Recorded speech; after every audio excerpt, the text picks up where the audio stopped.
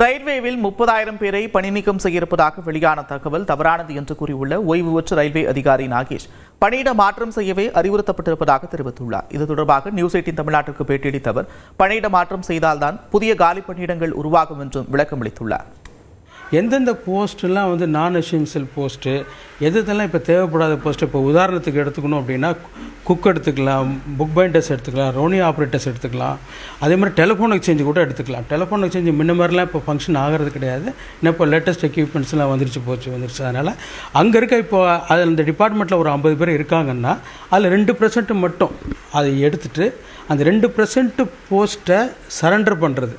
அந்த சரண்டர் பண்ணிவிட்டு அந்த ஆளுங்களை என்ன பண்ணுறதுன்னு பார்க்கும்போது வேறு டிபார்ட்மெண்ட்டுக்கு எங்கே தேவையோ இப்போ அங்கே கொண்டு போய் அதை போட்டுருவாங்க. ஸோ பண்ணும்போது ஸ்டாக்னேஷன்னு பேர் ஒரு போஸ்ட்டில். இப்போ நான் அப்பாயின்மெண்ட் ஆகிறேன், புக் பைண்டர் அப்பாயின்மெண்ட் ஆகிறேன், எனக்கு ப்ரொமோஷனே எவ்வளோ அவென்யூவே இல்லை அப்படிங்கும்போது அந்த ஸ்டாக்னேஷன் இருக்காது. நான் வேறு டிபார்ட்மெண்ட் போயிடுவேன்.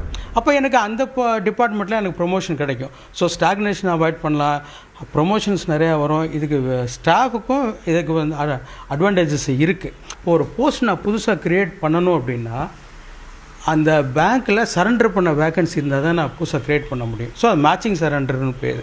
அதுக்காகவும் இது பயன்படுது. அதனால் 30,000 பேர் வேலை நீக்கம் அப்படிங்கிறது ஒரு தவறான தகவல்.